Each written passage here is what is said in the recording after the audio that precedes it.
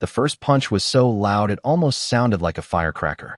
People on the sidewalk froze, mouths open, as the black boy with the backpack staggered backward, clutching his ribs. The officer's face twisted into a sneer, and in that moment the entire street seemed to breathe in horror. The boy's name was Malik. 19 years old, sophomore in political science, dreaming of becoming a lawyer like his mother. His only crime was walking home from the library at dusk, headphones in his ears, humming along to a song he loved. He had smiled at the sunset minutes earlier, the golden wash of light across the buildings reminding him of childhood summers. Then the siren wailed. Then the shouts came. Then the blows fell. There was no warning, only suspicion carved into the eyes of men who had already decided who he was. A thug, a threat, a body to be restrained. And the worst part was that Malik knew this scene. He had rehearsed it in his nightmares and in whispered warnings from his mother. Keep your hands visible. Don't run. Don't argue. Pray they see you as human. But rules dissolve when hatred leads the game. Malik hit the ground, his cheeks scraping concrete, blood smearing against pavement already hot from the day. He could hear bystanders gasp, but no one stepped forward. Phones rose into the air, recording, capturing, yet not intervening. The world had grown too used to these beatings being content for a feed. Stop resisting, one officer barked though Malik had gone limp. His lungs burned, ribs ached, but he stayed silent, afraid that any word would justify another blow. Inside, his mind screamed, "Why me again? Why always us?" And then, almost cruelly, his mother's voice whispered from memory, "You are not just a black boy, Malik. You are my son. You are brilliance. You are tomorrow." At the corner of the street, a black sedan slowed. Out stepped a woman whose presence turned heads even without knowing her name.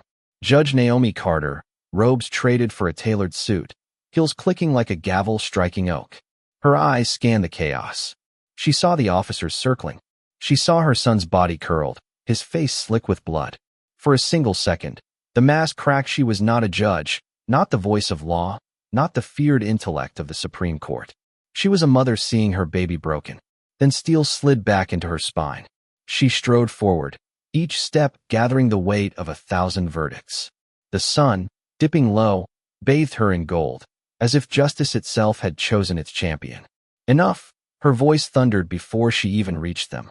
Heads turned. Phones wavered. The officers froze, some mid-motion, one fist still raised. She did not shout again. She didn't need to. Authority radiated from her, undeniable.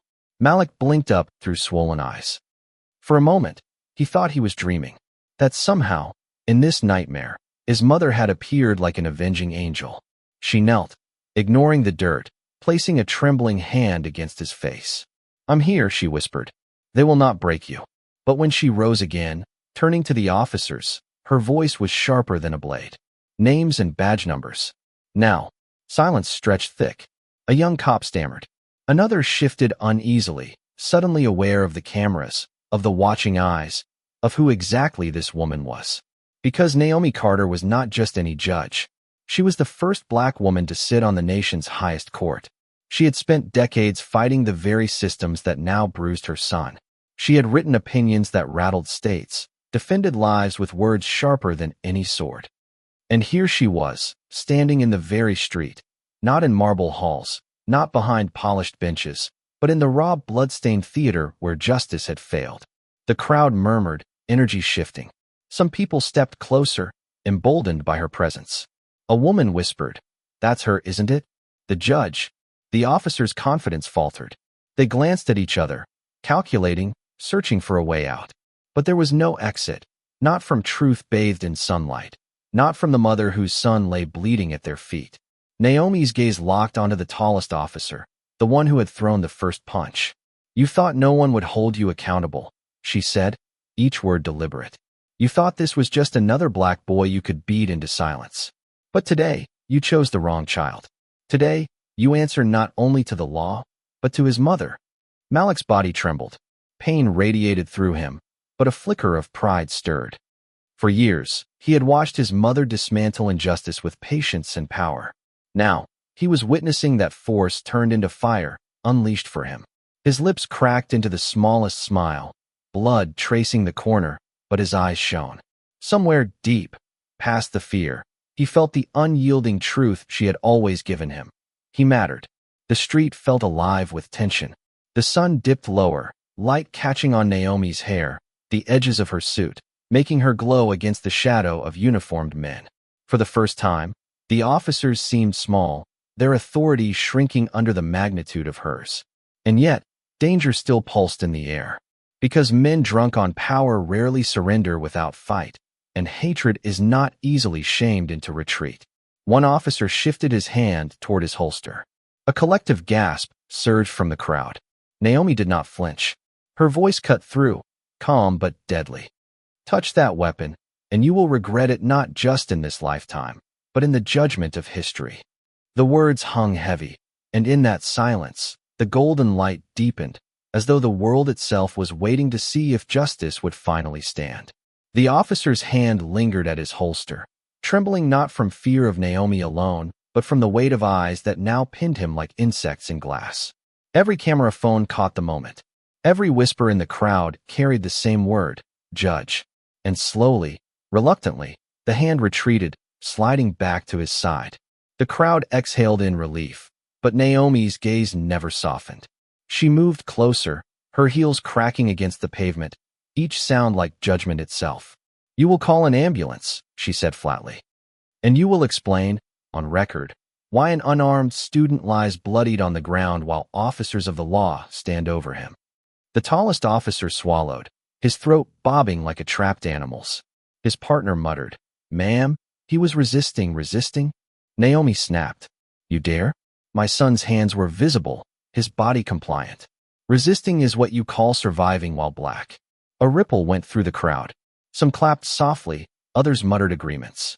Malik, groaning, shifted against the ground, hearing her words cut through the evening like thunder. It was everything he had wanted to scream, but could not risk. She gave voice to his silence. The youngest officer finally fumbled for his radio, stuttering into the mic for medical assistance. Naomi crouched again by Malik's side, slipping a hand beneath his head, brushing grit and blood from his skin. For the first time since the beating began, Malik felt safe. Not healed, not whole, but safe because she was there. He whispered, voice ragged, "Mom, I couldn't stop them." Her heart tore, but she hushed him. "You don't need to stop them. You need to live. That's enough." Sirens whined again, this time an ambulance's mournful cry. The crowd began to shift, widening a path. Paramedics hurried through, their expressions registering shock as they saw the scene. Bruised boy, trembling officers, and a Supreme Court judge standing guard. They knelt quickly, professional hands lifting Malik with care, strapping him onto the gurney. He winced at every movement, but clenched his jaw. Naomi walked beside them, never breaking eye contact with the officers, daring them to move, daring them to touch him again. The gurney rolled toward the ambulance. Naomi paused at the door, turning back. Her voice rang with finality. "This is not over. Every one of you will answer. I promise." The door shut, and for the first time since she stepped out of her car, Naomi allowed herself to exhale. Inside the ambulance, the sterile lights washed over Malik's face. His eyes fluttered, half closed, half dazed. She gripped his hand. "Stay with me," she urged. "You are stronger than they know." He forced a nod, whispering, They saw me as nothing, Mom." Her throat tightened. She kissed his knuckles. "And yet you are everything." The ride blurred with sirens, voices, the prick of needles, the rush of air through oxygen masks. But Naomi never let go. When they reached the hospital, a flurry of nurses and doctors swept Malik away, and Naomi stood in the white corridor, blood on her suit jacket, the echoes of her son's cries still clawing her ears. She wanted to collapse. She wanted to weep. But she knew there was no time for weakness. Already, news crews gathered outside. Already social media erupted with videos of the beating. Already headlines twisted the story with half-truths and poison. She had lived long enough to know the pattern. They would paint her son as dangerous, justify the violence, call it a misunderstanding. Unless she shattered that cycle herself. A familiar voice pulled her back. "Naomi." She turned. It was Daniel Brooks, a journalist she had known for years, one of the few she trusted. His face was lined with urgency. "I saw the footage. It's everywhere already. This isn't just an incident, it's a spark. You have to speak." Naomi's chest rose and fell. My son is fighting for his life, Daniel. That's all I should care about. But you know the system, he pressed. If you stay silent, they'll bury it. If you speak, the nation listens. She closed her eyes. He was right. The judge in her screamed for procedure, caution, the slow grinding wheels of justice. But the mother in her burned for immediate truth. Hours passed before a doctor finally emerged, exhaustion etched into his features. Naomi stood instantly, bracing. Your son has multiple contusions, cracked ribs, and a concussion, he explained gently. But he is stable. He's strong. Relief crashed over her. For the first time, she sagged against the wall, tears spilling freely. She whispered a prayer of gratitude before asking, "Can I see him?" The doctor nodded. In the dim hospital room, Malik lay hooked to monitors, face bandaged, breath steady but shallow. His eyes flicked open when she entered. "Mom." She rushed to his side, kissing his forehead. "I'm here." His lips quirked faintly. "You look like a superhero back there." She laughed through tears. Superheroes don't cry this much. They sat in silence, hand in hand, until Malik whispered, "Promise me. Don't let them win." Her eyes sharpened. "I promise." The next morning, the world had already erupted. Footage of Malik's beating flooded every screen. Some commentators raged, some denied, some twisted facts. Protests sparked downtown, voices chanting his name, demanding justice. Reporters swarmed the hospital. And Naomi Carter, balancing robes of justice with the armor of motherhood, stood before microphones. She did not flinch at the cameras. She did not soften her tone. "My son is 19 years old," she began, voice like iron. "He is a student. He is unarmed. He is alive because he did not resist. And yet officers of the law chose to beat him in the street for nothing more than the color of his skin. This is not an isolated act. This is a disease. And I will not rest until accountability is more than a word, until justice is more than a dream." Gasps rippled. Applause rose. Reporters shouted questions, but she walked away, dignity intact, fury controlled. The battle had begun. Behind closed doors, however, she strategized. Calls to civil rights lawyers. Meetings with senators. Letters drafted for the Department of Justice. Each move was precise, each step a chess piece toward reckoning. Malik watched from his hospital bed, pride and sorrow intermingling. He whispered once to his nurse, "She's going to burn the whole rotten system down, isn't she?" And the nurse, a black woman with kind eyes, smiled softly. "Honey, she already started." Days blurred into nights. Malik healed slowly, body aching but spirit refusing to bend. Naomi visited daily, reading him legal briefs, stories of past fights, names of ancestors who had endured worse but paved the way. She reminded him that survival was resistance, that his scars were not shame but testimony. And outside, the protests grew louder, the nation split sharper, the officers suspended but not yet charged. Justice, as always, was uphill. One evening, Malik asked the question that lingered deepest. "What if nothing changes, Mom?"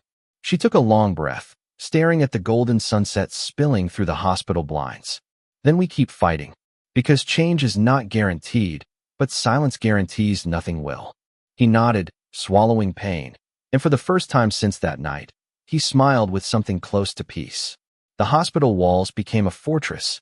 Outside, chants swelled every evening, candles glowing like fireflies against the dark. Strangers carried signs with Malik's name, faces fierce with outrage, voices refusing silence. Inside, Naomi Carter balanced two worlds, one of tenderness beside her son's bed, brushing his curls back as he slept, and one of iron in conference rooms, where lawyers and activists strategized late into the night. The investigation began quickly but predictably. Internal Affairs announced a comprehensive review. The police union released a statement insisting the officers followed protocol. News outlets replayed the footage in endless loops, one moment cutting to Malik's limp body, the next to pundits calling him suspicious. Naomi watched the coverage with a grimace, anger simmering. She had fought too long to be surprised, but this time the battle was personal. Malik, propped up with pillows, scrolled through his phone.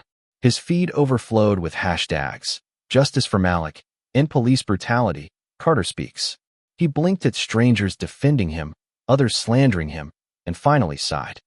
It's like I don't exist as a person anymore. Just an image. A symbol. Naomi sat on the edge of his bed. Symbols change nations, Malik.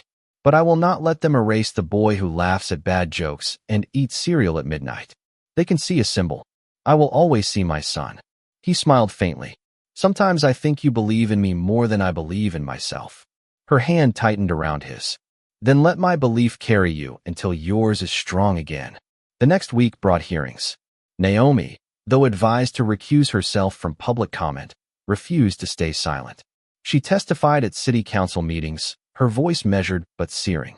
What happened to my son is not a single tragedy, it is a symptom of systemic rot. You may bury truth in paperwork, but blood always rises.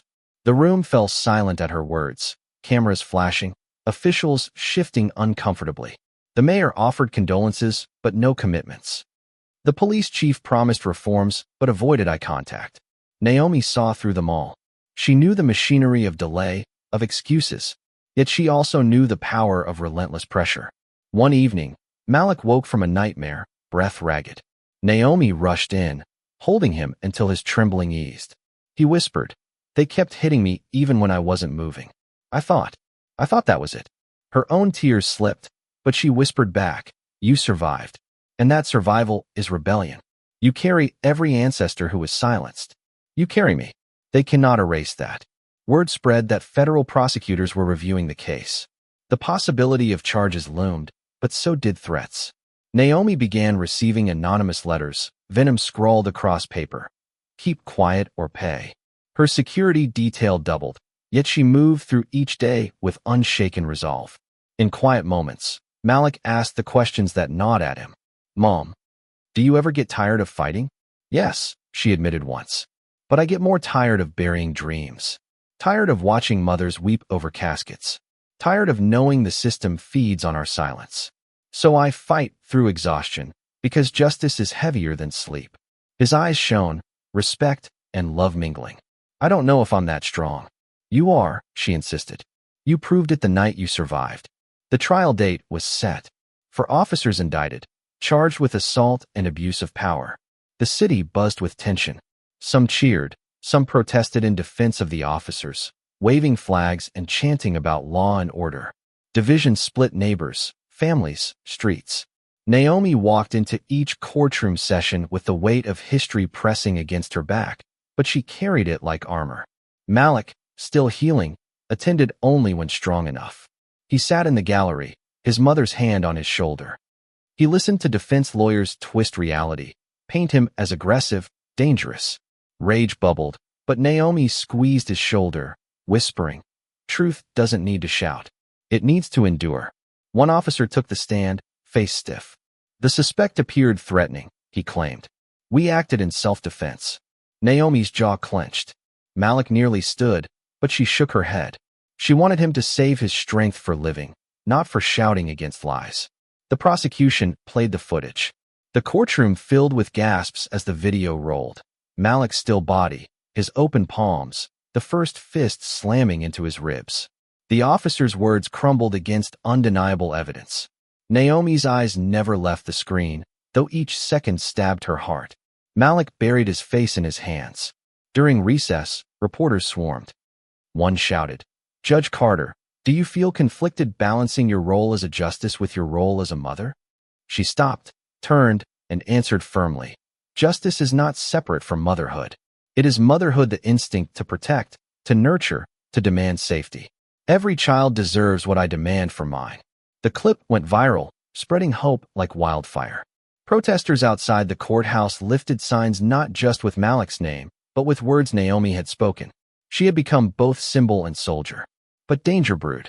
One night, as she returned to her car, a brick shattered the ground inches from her feet. A note tied to it read, "Step back, or next time it's you." Her guards rushed her away, but Naomi pocketed the note. Later, she showed it to Malik.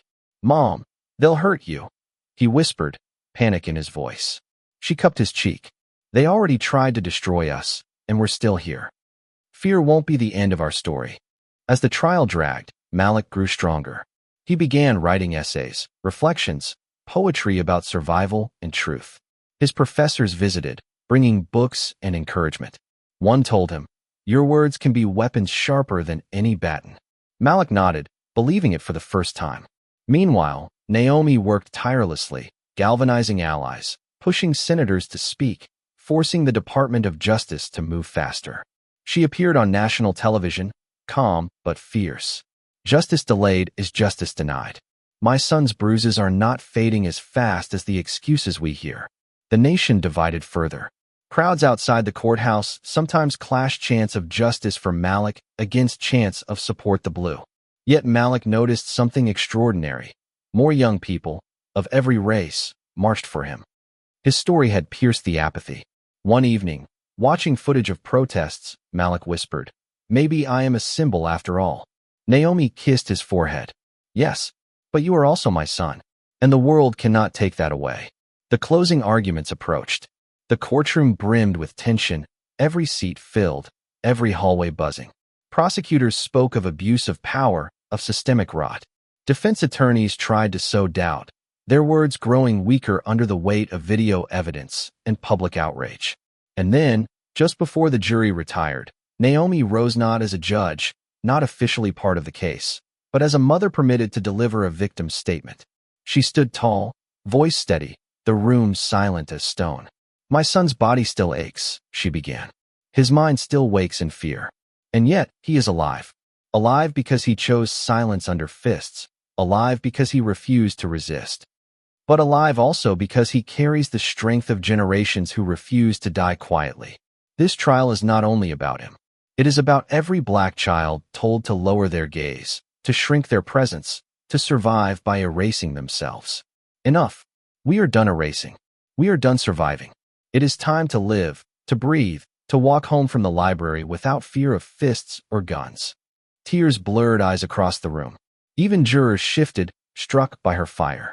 Malik, sitting behind her, wept openly, pride shining brighter than pain. As she sat down, the golden light of late afternoon poured through the tall windows, bathing her in radiance. Malik whispered, "You did it, Mom. You gave them no excuse to look away." Naomi squeezed his hand. "Now we wait." The jury filed out. Hours stretched into eternity. Outside, chants thundered. Inside, silence pressed heavy. Malik leaned against his mother's shoulder, heart pounding, mind swirling. He knew verdicts could disappoint, that systems often failed. But for the first time, he felt hope stronger than dread. And as the doors finally opened and the jury returned, golden sunlight still painted the room, as if holding its breath for history. The courtroom was suffocatingly silent. Every cough, every shuffle of papers, every heartbeat seemed amplified against the marble walls. Malik squeezed his mother's hand so tightly his knuckles whitened. Naomi didn't flinch. Her eyes were locked on the jury as they filed in, each face carved with the weight of the decision they carried. The judge asked the foreperson to rise. The foreperson's voice trembled, but the words cut sharp.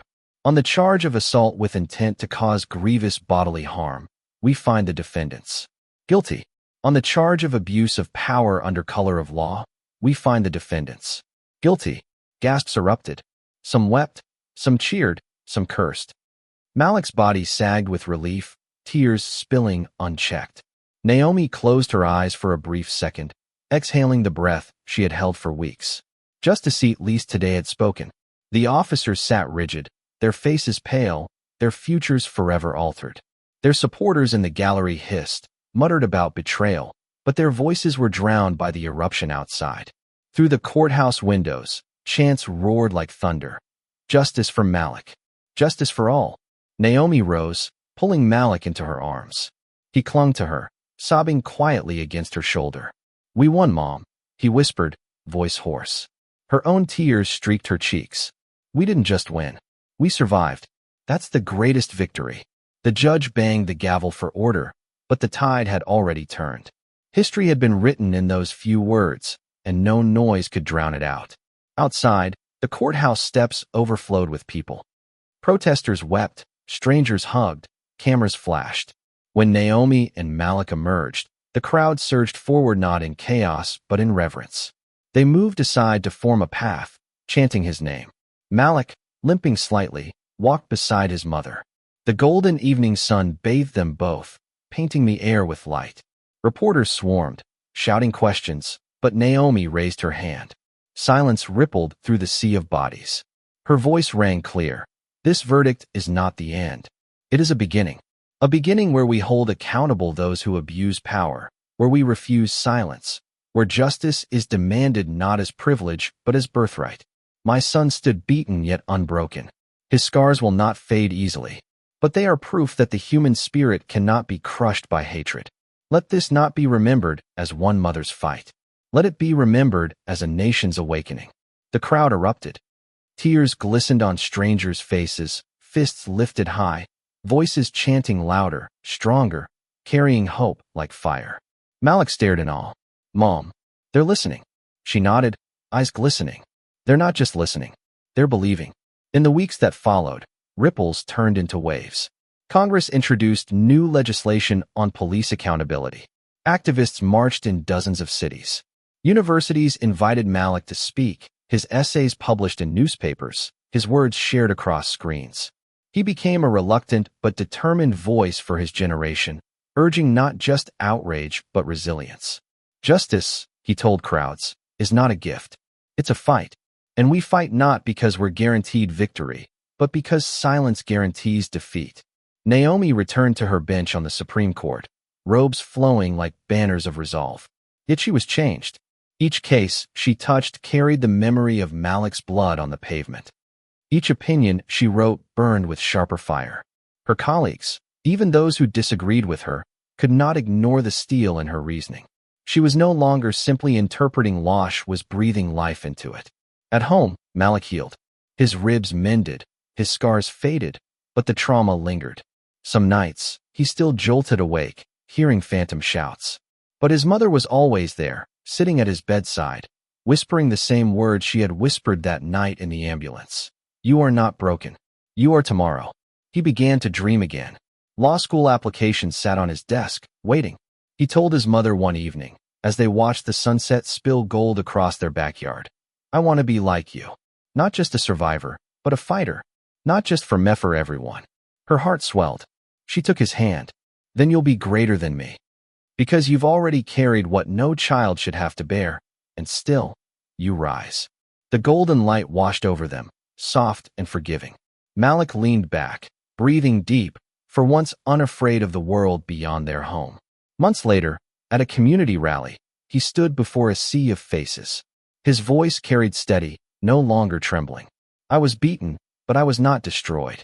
I was silenced, but I was not erased. They saw me as nothing, but I stand here as proof that we are everything. Our lives matter not because we demand it, but because they always have." The crowd erupted, voices echoing his words. And in the front row, Naomi watched, pride shimmering in her eyes, tears catching the sunlight. Her son, once curled and bloodied on a street, now stood unbroken, a torch for others to follow. That night, back at home, Malik sat at his desk, writing. His pen scratched across the paper, words flowing like truth uncaged. He paused, staring at a photograph of himself with his mother, taken at the courthouse after the verdict. He whispered to the photo, to her, to himself, "They will never take my tomorrow again." Naomi passed by his door, pausing to watch. She smiled, silent, her heart steady, for she knew that while battles remained, while hatred still simmered, something had changed. A seed had been planted, a flame had been lit, and no darkness could ever fully extinguish it. The world outside remained fractured, messy, unjust. But inside that home, with golden lights spilling through the windows, a mother and son carried hope strong enough to shake the earth. Justice, finally, had a face. It was bruised but unbowed. It was scarred but radiant. It was Malik. It was Naomi. It was every soul who refused silence. And it burned with the unyielding glow of tomorrow. Thank you for listening. If you find it interesting, please like and subscribe to follow the next stories.